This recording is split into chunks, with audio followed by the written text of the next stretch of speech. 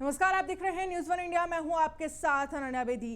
गोरखपुर दौरे पर सीएम योगी आदित्यनाथ गोरखनाथ मंदिर पहुंचे। सीएम योगी बाबा गोरक्षनाथ का किया दर्शन पूजन। बाढ़ग्रस्त इलाकों का हवाई सर्वेक्षण भी उत्तर प्रदेश के सीएम योगी आदित्यनाथ ने किया है। तो गोरखनाथ मंदिर पहुंचे सीएम योगी, बाबा गोरक्षनाथ का दर्शन पूजन उन्होंने किया है। बाढ़ग्रस्त इलाकों का हवाई सर्वेक्षण भी उत्तर प्रदेश के सीएम योगी आदित्यनाथ ने किया है।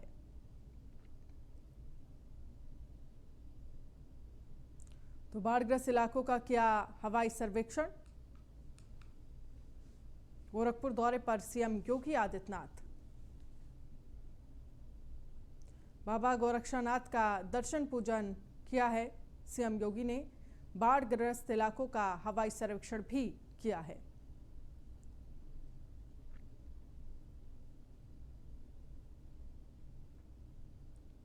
तो तस्वीरें हम आपको दिखा रहे हैं जहां पर गोरक्षनाथ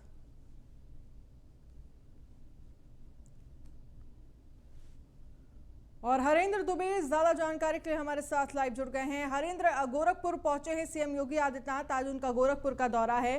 फिलहाल आपके पास क्या कुछ जानकारी है, क्या कुछ कार्यक्रम है आज गोरखपुर में?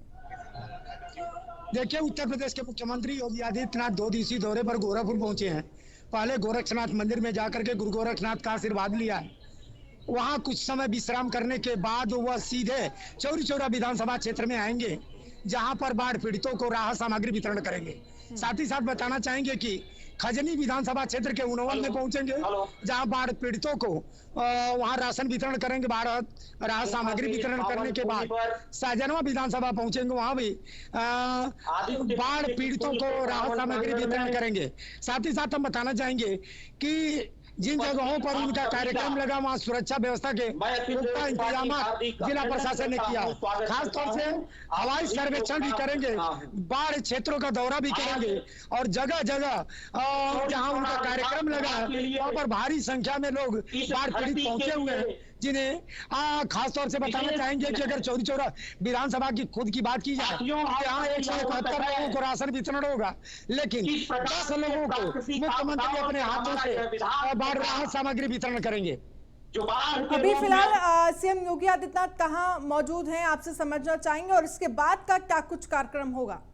इस समय उत्तर प्रदेश के मुख्यमंत्री योगी आदित्यनाथ गुरु गोरक्षनाथ के मंदिर में है। वहां से निकलने के बाद पहला कार्यक्रम उनका चौरी चौरा विधानसभा में लगा है, दूसरा कार्यक्रम उनवल खजनी विधानसभा में लगा है और तीसरा कार्यक्रम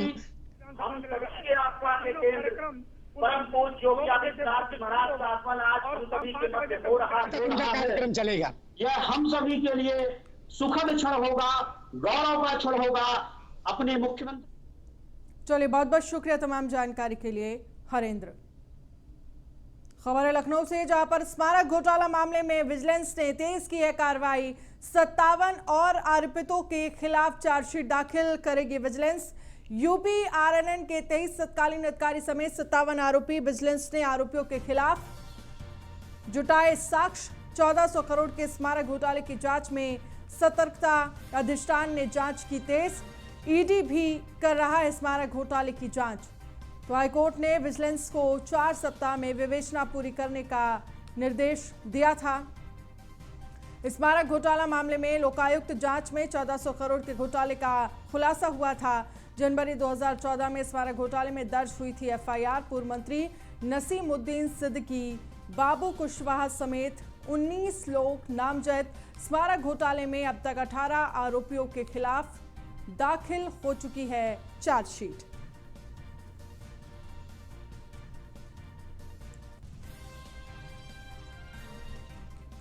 तो स्मारक घोटाला मामले में विजिलेंस ने तेज की है कार्रवाई। एसके वाजपेयी हमारे संवाददाता खबर पर ज्यादा जानकारी के लिए जुड़ गए हैं। एसके वाजपेयी, स्मारक घोटाला मामले में विजिलेंस ने कार्रवाई को और तेज कर दिया है। फिलहाल आपके पास क्या कुछ अपडेट है इस मामले पर? बिल्कुल, हम देखें 2009 से 12 का वो वक्त था जिस दौरान उत्तर प्रदेश में बड़े पैमाने पर स्मारकों का निर्माण कराया गया, जिसमें लखनऊ और नोएडा दोनों जिले थे, जिसके बाद पूरे मामले की शिकायत लोकायुक्त में हुई थी। लोकायुक्त ने जांच कर 1400 करोड़ रुपए के स्मारक घोटाले को बताया था, जिसके बाद पूरा मामला विजिलेंस को दिया गया। विजिलेंस जांच कर रही थी। हालांकि पूरे मामले को लेकर तत्कालीन मंत्री रहे बाबू सिंह कुशवाहा हाईकोर्ट गए थे। उन्होंने हाईकोर्ट में अपील की, उनको मामले से हटा दिया जाए, उनका कोई लेना देना नहीं, जिस पर हाईकोर्ट ने विजिलेंस को निर्देशित किया था कि 4 सप्ताह के अंदर जांच पूरी कर विवेचना प्रस्तुत करें।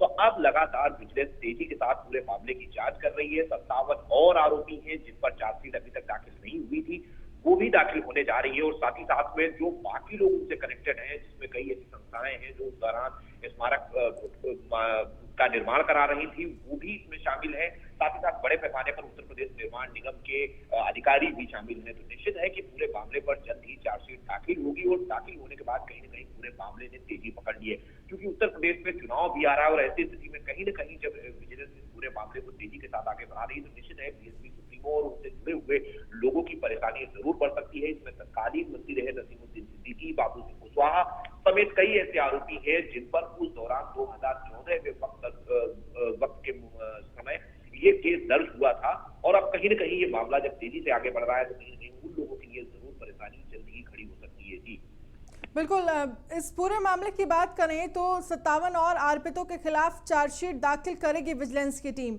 इस पूरे मामले को ये कहा जा सकता है कि विधानसभा चुनाव को देखते हुए क्या इस मामले पर कार्रवाई तेज की गई है? बिल्कुल, क्योंकि ये मामला हाईकोर्ट गया था, हाईकोर्ट ने विजिलेंस को निर्देश दिया था कि 4 सप्ताह के अंदर पूरे मामले की विवेचना पूरी करें, क्योंकि एक लंबा वक्त बीत चुका है। 2014 में एफआईआर हुई थी, 2021 हो गया है, जो ये 7 साल बीत चुके हैं, तो कहीं न कहीं अब पूरे मामले ने तेजी जरूर पकड़ ली है। लेकिन ये निश्चित है कि इसका असर 2022 के विधानसभा चुनाव पर जरूर पड़ेगा, क्योंकि ये बीएसपी सरकार के दौरान का मामला है, और जब समाजवादी पार्टी की सरकार उत्तर प्रदेश में आई थी 2014 में, तब इस पर एफआईआर हुई थी। तो कहीं न कहीं पूरा मामला पॉलिटिसाइज भी है, और साथ ही साथ में 2 बड़े जिलों से जुड़ा हुआ मामला है, जिसमें लखनऊ और नोएडा का नाम है। अब देखना यह है कि जब 57 और आरोपितों के खिलाफ चार्जशीट दाखिल होती है, तो कोर्ट इस मामले में क्या आदेश देता है। लेकिन ये जरूर है, तत्कालीन मंत्री रहे बाबू सिंह कुशवाहा हो या फिर नसीमुद्दीन सिद्दीकी हो, कहीं न कहीं उनकी परेशानियां जरूर जल्द ही बढ़ने वाली हैं। जी चलिए, बहुत बहुत शुक्रिया तमाम जानकारी के लिए। और वहीं जेल में बंद खुशी दुबे की जमानत का मामला, खुशी दुबे का केस लड़ सकते हैं कांग्रेस राज्यसभा सांसद विवेक तन्खा।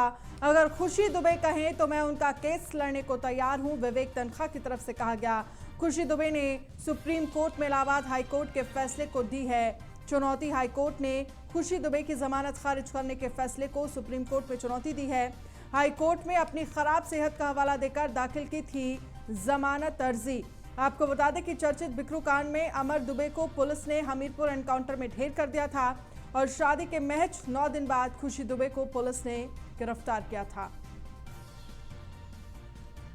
रमन गुप्ता हमारे साथ ज्यादा जानकारी के लिए यहां जुड़ गए हैं। रमन, जिस तरह से देखा जाए, कांग्रेस की तरफ से ये कहा गया, विवेक तन्खा की तरफ से ये कहा गया है कि अगर खुशी दुबे चाहें तो वो उनका केस लड़ने को तैयार है। इस मामले पर आपके पास क्या कुछ अपडेट है? जी बिल्कुल, आपको बताना चाहूंगा कि विवेक तन्खा ने स्पष्ट कर दिया है कि वो खुशी दुबे का केस लड़ेंगे। लेकिन लगातार आपको बताऊं, जब से बिकरू कांड हुआ है, जब से अमर दुबे को पुलिस ने काउंटर में मार गिराया था, खुशी दुबे जब से जेल गई है, तो इसमें कहीं ना कहीं पॉलिटिकल, क्योंकि जिस तरह से आपने देखा होगा कि बसपा के जो नेता हैं वो भी लगातार जो है ब्राह्मण काल खेलने के लिए खुशी दुबे के पक्ष में खड़े थे।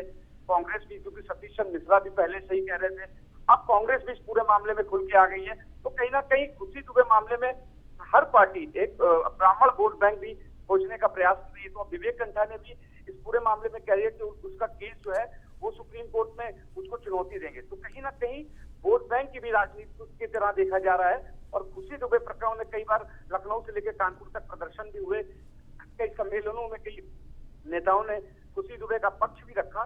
तो कहीं ना कहीं खुशी दुबे मामला सुप्रीम कोर्ट भी पहुंचने वाला है। जी चलिए, बहुत बहुत शुक्रिया तमाम जानकारी के लिए रमन।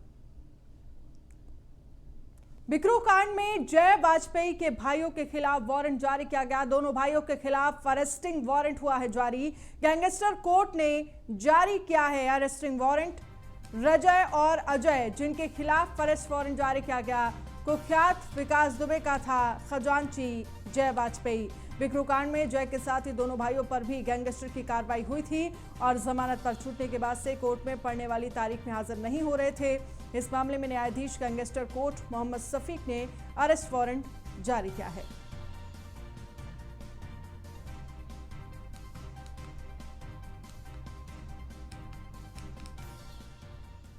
और सिद्धार्थनगर में बीएसपी की ओर से प्रबुद्ध वर्ग सम्मेलन का आयोजन किया गया।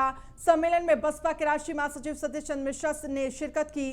सम्मेलन को संबोधित करते हुए सतीश मिश्रा ने विरोधियों पर जमकर हमला बोला, इसके साथ ही जीत का दावा किया।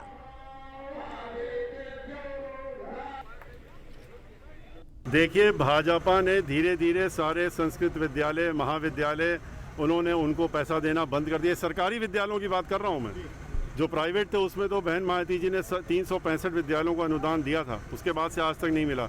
इन्होंने उन सारे संस्कृत विद्यालय जो थे उनको एक एक करके बंद करने की योजना बनाते हुए आधे बंद हो गए हैं। 1500 में से 700 विद्यालय रह गए हैं और महाविद्यालय 500 थे, उसमें से 200-250 रह गए हैं। वो भी आगे 6 महीने में बंद हो जाएंगे और उसमें कोई नियुक्ति नहीं हो रही है, अध्यापकों की नियुक्ति नहीं हो रही है। जब अध्यापक नहीं होंगे तो खबर है मुजफ्फरनगर से, जहां 5 सितंबर यानी कि कल किसानों की महापंचायत है। महापंचायत में लाखों किसानों की भीड़ जुट सकती है। 8 से ज्यादा राज्यों के किसान महापंचायत में आएंगे। आंदोलन को रफ्तार देने की रणनीति बनाएंगे किसान महापंचायत को लेकर पुलिस प्रशासन अलर्ट नजर आ रहा है। यूपी के कई जिलों की पुलिस भी मुजफ्फरनगर बुलाई गई है। एडीजी राजीव सबरवाल, आईजी प्रवीण कुमार कर रहे हैं निगरानी। कई नवनियुक्त आईपीएस भी मुजफ्फरनगर में रहेंगे। एसीएस गृह अवनीश अवस्थी की महापंचायत पर कड़ी नजर बनी हुई है। और राकेश टिकैत का क्या कुछ कहना है, सुनिए।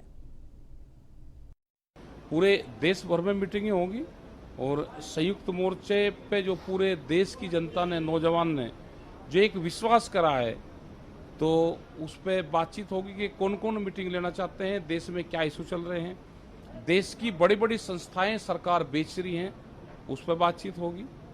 और ये कैसे रुकें, ये जो सेल फॉर इंडिया का बोर्ड देश में लग चुका है, ये कैसे रुकेगा, इस पर बातचीत होगी।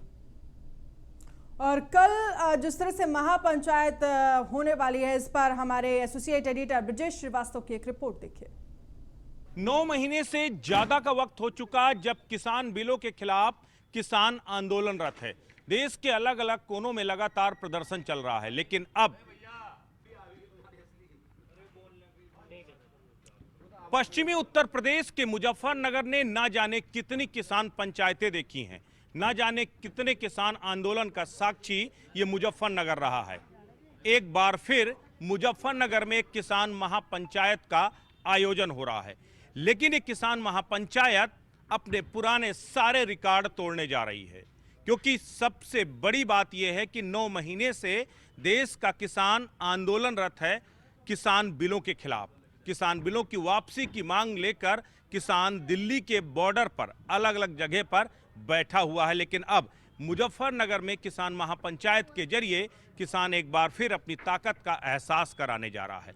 ये वो मंच है जिस मंच से देश के तमाम बड़े किसान नेता संयुक्त किसान मोर्चा के बैनर तले जंग का ऐलान करेंगे।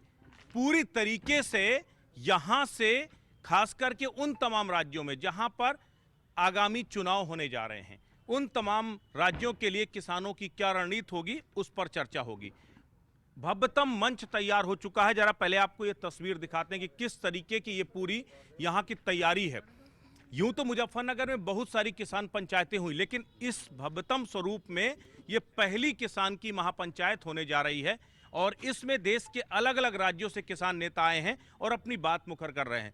राजस्थान से भी आप यहाँ पर, क्या नाम है आपका? मेरा विक्रम सिंह मीना, मैं राजस्थान भारतीय किसान यूनियन युवा प्रदेश अध्यक्ष हूँ और मैं सैकड़ों साथियों के साथ यहाँ कल आ गया था। और जो ऐतिहासिक ये किसान महाकुंभ है, ये होने जा रहा है, इसमें राजस्थान की बहुत बड़ी संख्या में लोग आ रहे हैं। और सबसे बड़ी बात यह है, कह रहे हैं कि ये किसान महापंचायत अपने आप में अभूतपूर्व होगी।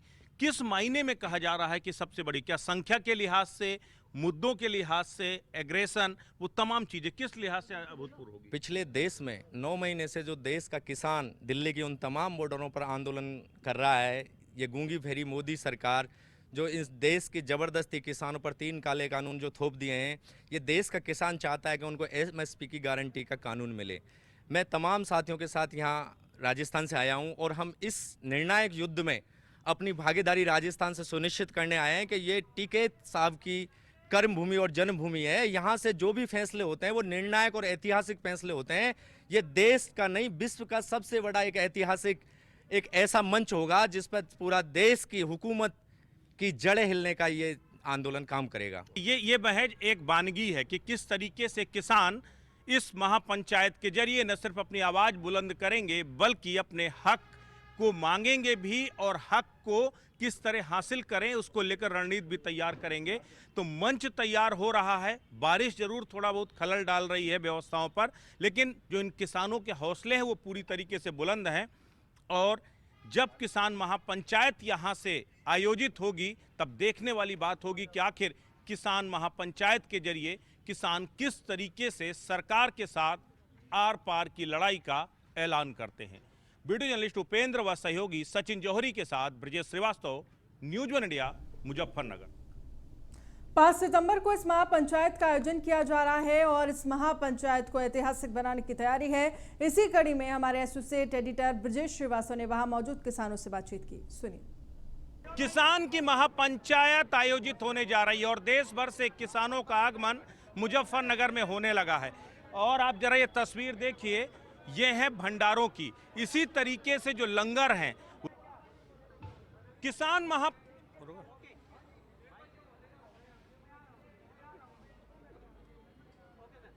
महापंचायत के लिए किसानों के पहुंचने का सिलसिला शुरू हो चुका है और उसी के साथ ही लंगर भी शुरू हो चुके हैं। मुजफ्फरनगर के अंदर 500 लंगर बनाए गए हैं किसानों के लिए। जिस रास्ते से भी किसान आएंगे उनके खाने पीने की इंतजामात वहां रास्ते में किए गए। आप देखिए इस तरीके से अलग अलग लंगर इसी तरीके से संचालित किए गए हैं।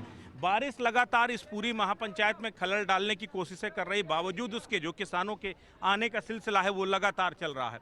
आप देखिए लंगर चल रहे हैं, बाकायदा जो किसानों के अलग अलग जो जत्थे हैं उन्होंने इसका पूरा मोर्चा संभाला हुआ है और अलग अलग इलाके से जो है यहाँ पर किसान आए हैं। लेकिन जो जहाँ चाहे वहाँ आ करके लंगर का स्वाद चख सकता है। कैसा स्वाद है? बहुत बढ़िया है। कहाँ से आए हो आप? कानपुर नगर। कानपुर से आए हो महापंचायत के लिए? हाँ। बारिश खलल डाल रही, कोई दिक्कत हो रही है? नहीं, कोई दिक्कत नहीं, किसान को बारिश से कोई दिक्कत नहीं हुआ। क्या ये कहाँ से आए हो आप? उन्नाव से आए हो। कब आ गए थे? आज रात में। आज रात में आए हो महापंचायत में शामिल होने के लिए? हाँ। तो और भी लोग आए हैं वहाँ से? हाँ, और भी लोग आए हैं। व्यवस्थाएं यहाँ पर कुछ कैसी समझ में आ रही? ठीक है। बारिश कुछ दिक्कत कर रही है? नहीं, कोई दिक्कत नहीं। तो आप देखिए जो किसानों के हौसले हैं वो बुलंद हैं। उन्हें मालूम है कि यहाँ पर अभी उन्हें नहीं मालूम वो कहाँ रुकेंगे, कहाँ रहेंगे, लेकिन किसान दुश्वारियों के बीच में ही अन्न उत्पादन करता है और सबका पेट भरता है। आज इसीलिए इन किसानों के लिए बाकायदा ये लंगर का आयोजन किया गया। आप लोग एक चीज़ बताइए, आप लोग यहीं से हैं, आप लोग आयोजन कर रहे हैं, कितने लोगों की व्यवस्था आप लोग कर रहे हैं या अलग अलग जो किसी को जिम्मेदारियां दी गई कि आप इतने लोगों की व्यवस्था करेंगे? टीम में व्यवस्था 10,000 आदमी को हम खाना खिला सके। 10,000। तो यहाँ पर और भी भंडारे चल रहे हैं? हाँ, भंडारे कम से कम 100 भंडारों की व्यवस्था है यहाँ पर मुजफ्फरनगर के अंदर। और बाहर भी अलग अलग भंडारे हैं? बाहर भी भंडारे लगाए गए हैं? बाहर भी है, 100 इस स्कूल में उसमें है यहाँ। हाँ, यानी कि यहाँ से 2 किलोमीटर पहले भी है। अच्छा, बारिश से कुछ दिक्कतें हो रही है दादा? नहीं, कोई दिक्कत नहीं, कोई दिक्कत नहीं। ये सफल होगी महापंचायत? जी पूरी सफल होगी, किसानों का दल है तो सफल बनाकर छोड़। लोग कहाँ से आई है? हम आए पूरा मुक्ति थाना से, पूरा मुक्ति थाना बिहका। वहाँ से आई हैं? हाँ। और कितने लोग आए हैं? मेरे बहुत संगति हैं। ये आप लोग कहाँ से आई हो? इलाहाबाद। बिल्कुल। तो देखिए किसानों में केवल पुरुष ही नहीं बल्कि महिलाएं भी बढ़ चढ़ कर ले रही हैं। आप ये देखिए जवान और किसान अपने आप में एक दूसरे के साथ। आई लव किसान। क्या नाम है आपका? मैं मरिदो चतुर्वेदी, रिटायर्ड बीएसएफ बनारस, यहाँ पे सुरक्षा अधिकारी हूँ।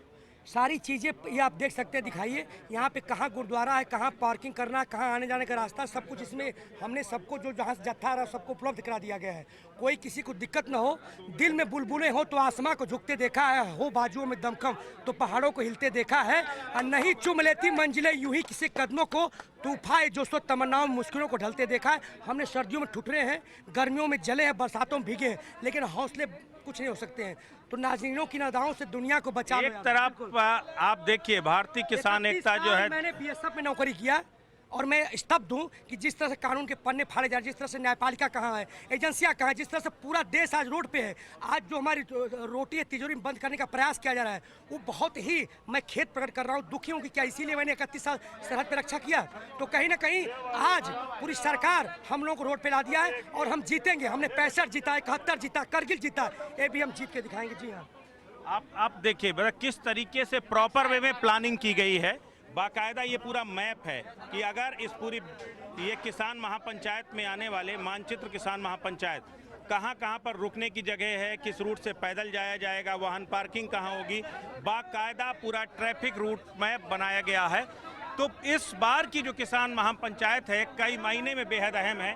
न सिर्फ इसको व्यवस्थाओं के लिए याद किया जाएगा बल्कि इसके साथ ही जो किसानों का मैनेजमेंट है वो अपने आप में लाजवाब है। तो भले ही बारिश रह रह कर खलल डाल रही हो, इन किसानों के हौसलों में कोई कमी नहीं है। लगातार लंगर चल रहे हैं, लगातार किसानों के आने का सिलसिला जारी है। कहीं प्रॉपर मैनेजमेंट हो, इसको लेकर के न सिर्फ 5000 से ज़्यादा वॉलंटियर तैनात किए गए हैं बल्कि इसके साथ ही अलग अलग मैनेजमेंट अलग अलग लोगों को सौंपा गया है ताकि व्यवस्थाएं सुनिश्चित हो सके और साथ ही आसानी से पूरी तरीके से शांतिपूर्ण ढंग से इस महापंचायत का आयोजन हो सके। वीडियो जर्नलिस्ट उपेंद्र और सहयोगी सचिन जौहरी के साथ Brajesh Shrivastava, news one India, Muzaffarnagar. लाखों की तादाद में किसान इस महापंचायत में जुटेंगे। इसके लिए अलग अलग जगह पर किसानों के लिए लंगर आयोजित किए गए हैं। किसान नेताओं का दावा है कि 500 से ज्यादा लंगर लगाए गए हैं जहां पर किसी भी जगह से आने वाले किसानों को खाना और पानी उपलब्ध होगा। इसी को लेकर न्यूज़ वन इंडिया ने महापंचायत में शामिल किसान नेता युद्धवीर सिंह से बातचीत की। सुनिए। मुजफ्फरनगर में किसानों की महापंचायत के लिए तैयारियां मुकम्मल की जा रही हैं, लेकिन बारिश की वजह से कुछ खलल पड़ सकता है। बावजूद इसके पूरी तरीके से किसान यूनियन तैयार है किसानों की मेजबानी के लिए। बात करने के लिए हमारे साथ मौजूद हैं युद्धवीर जी, महासचिव हैं भारतीय किसान यूनियन के। सर, कितनी बड़ी तैयारी और कहा जा रहा है ये किसान पंचायत अपने आप में ऐतिहासिक होने जा रही है, किस लिहाज से? निश्चित तौर पे इसमें एक तो पूरे देश का प्रतिनिधित्व होगा और पूरे देश के प्रतिनिधित्व के अलावा जो संख्या यहाँ पे होगी वो अपने आप में पूरे रिकॉर्ड पुराने दुरुस्त करेगी। इतनी संख्या में लोग यहाँ पहुँच रहे हैं, तमाम तैयारियाँ आप देख रहे हैं ये हो रही हैं, सभा स्थल का है ये। इसके अलावा पूरे शहर में हमने लोगों के रुकने की व्यवस्था की है। 500 से ज़्यादा हमने अलग अलग लंगर लगाए हैं लोगों के पूरे बाईपास पे शहर में। और उसके अलावा हर गाँव में हर गांव ने तैयारी कर रखी है कि जो भी बाहर से लोग आएंगे उनको रोक के उनका भोजन और उनकी रुकने की व्यवस्था। तो पूरा जिला जो है वो लोगों के स्वागत के लिए तैयार बैठा। सबसे बड़ी बात यह है कि 9 महीने से पूरी लड़ाई चल रही है। 9 महीने से अभी तक ना तो किसान वापस लौटने को तैयार है और ना सरकार झुकने को तैयार है। क्या लगता है इस महापंचायत के जरिए क्या नतीजा निकल के आएगा? आपको कितना लगता है कि सरकार दबाव में आएगी?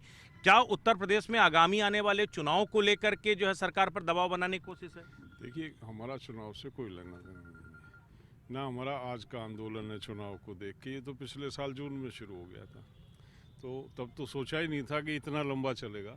हठधर्मिता अहंकार है सरकार का। जिस तरह का अहंकार खासतौर पे प्रधानमंत्री दिखा रहे हैं और जिस तरह से उन्होंने 9 महीने में जो रवैया उनका रहा वो इतना निराशाजनक है। कोई भी आदमी जिसको देश की जिम्मेदारी जिसके ऊपर है, जो 60% जनसंख्या देश की किसान और जो मजदूर 85% लोगों का प्रतिनिधित्व ये आंदोलन कर रहा और इसको इग्नोर कर रहा, तो इससे ज़्यादा अहंकार किसी में नहीं होता। सबसे बड़ी बात यह है कि जैसे अभी पीछे भी ये संकेत दिए गए कि बीजेपी के खिलाफ प्रस्ताव यहाँ से आ सकता है या बाकी राजनीतिक दल जो समर्थन कर रहे हैं, खासकर कांग्रेस, आरएलडी वगैरह, वो किसानों को मंच के तौर पर इस्तेमाल कर रहे हैं। तो क्या उन्हें भी आप लोग इस मंच से जगह देंगे जो विपक्षी राजनीतिक दल के लोग आएंगे? हमारे आंदोलन में आज तक ना तो किसी राजनीतिक पार्टी को अपना मंच इस्तेमाल करने दिया हमने, ना हम किसी के मंच पे गए हैं और भविष्य में भी हम इस पे कायम रहेंगे। हमारा कोई लेना देना नहीं है। हमारा क्या चलेगी राजनीति में, कौन बनेगा कौन नहीं बनेगा, इससे कोई मतलब नहीं है। हमारा सीधा सा फार्मूला है कि इस देश में ये 3 कृषि कानून वापस लिए जाएं, एमएसपी की गारंटी मिले किसान को, और ये जो एक देश को बेचने की प्रक्रिया सरकार ने जैसे चली, नया मतलब एक, और आज एक और इन्होंने शुरू किया, पंचायतों को अब डायरेक्शन दी गई है कि वो अपना रेवेन्यू गांव में जनरेट करें, तो कहीं ना कहीं आम आदमी तक, नीचे तक जाके और उसको निचोड़ने की तैयारी की जा रही है। तो ये सारी बातें आंदोलन के चलते जब ऐसे आदेश पारित करते हैं तो आप समझ सकते हैं कितना अहंकार इन लोगों में, परवाही नहीं है।